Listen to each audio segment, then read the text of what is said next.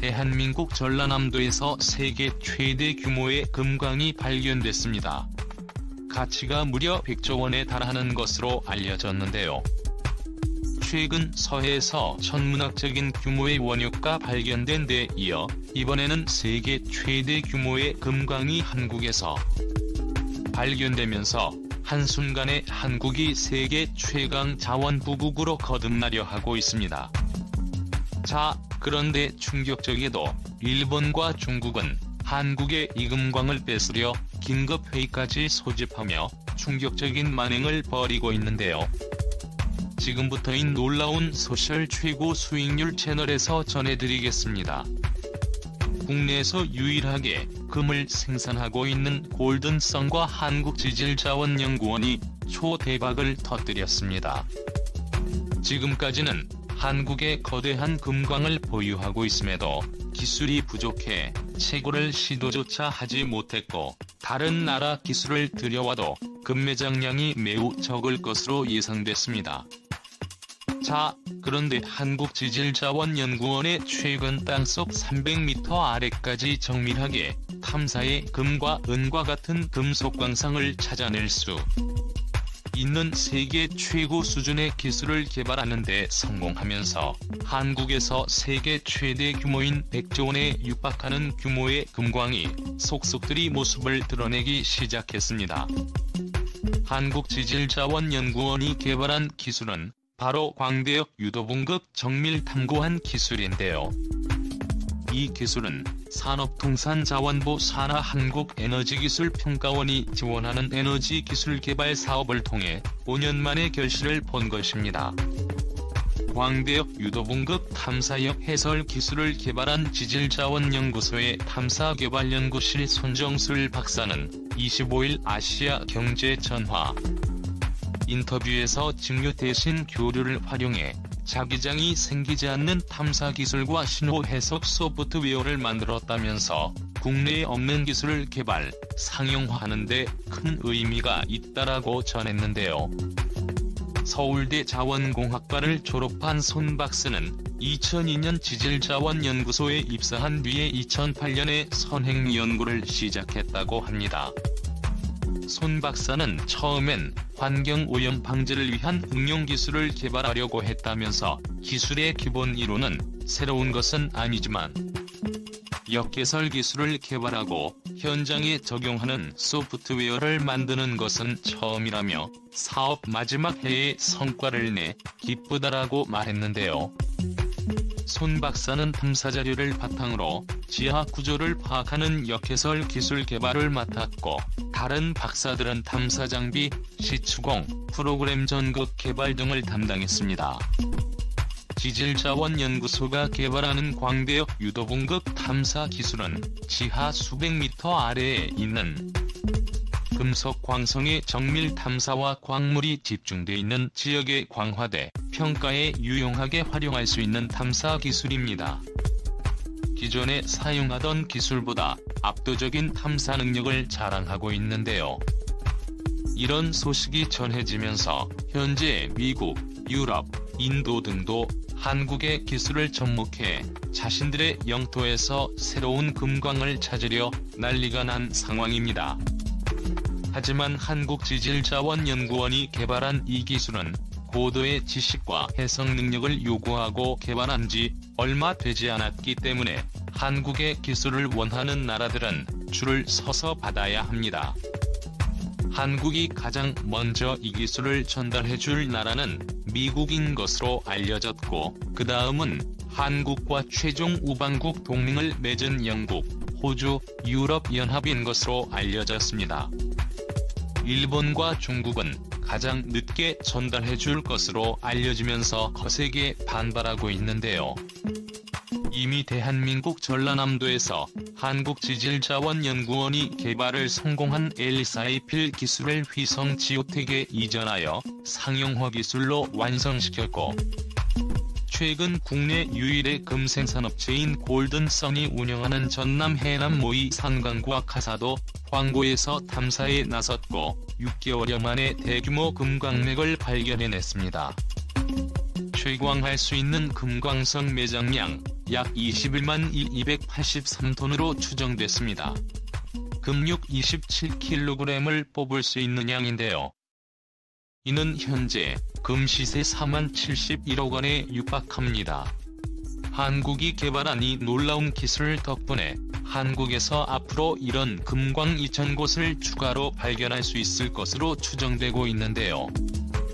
단순 계산해도 그렇게 되면 100조 원 가치의 금을 결 수 있습니다.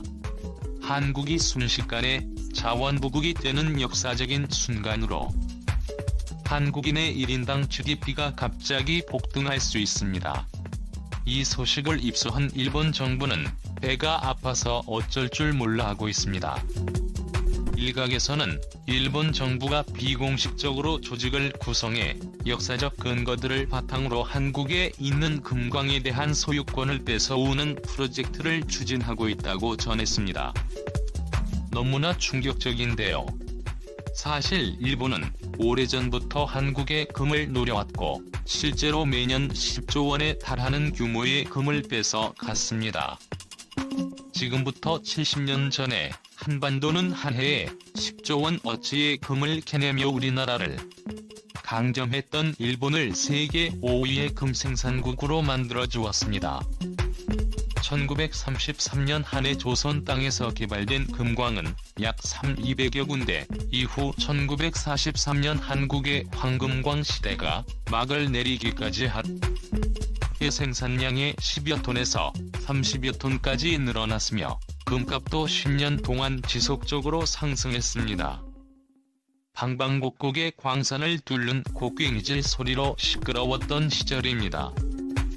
1933년 황금무역론을 통해 황금 열풍을 비웃던 제만식도 5년 뒤에는 김제와 천안 일대의 광산 개발을 뛰어들었고 사회주의자인 길진도 혁명의 실탄을 확보한다며 금강행에 가세했다고 합니다. 노다지를 만나 인생 역전에 성공해 황금귀해라는 명성을 얻었던 최창학은 일본군의 비행기 10대를 헌납한 전력에 있습니다. 당시 일본 군부는 이 소식을 접한 뒤에 한반도 곳곳에서 채굴을 시작했고 매 해마다 당시 10조 원이 넘는 규모의 금을 채굴해 일본으로 가져갔습니다. 일본이 한국에서 금을 탈취해갔다는 명백한 역사적 증거들이 남아있고 이를 현재 가치로 환산하면 2억 원이 넘는 금액을 일본이 한국에 배상해야 합니다.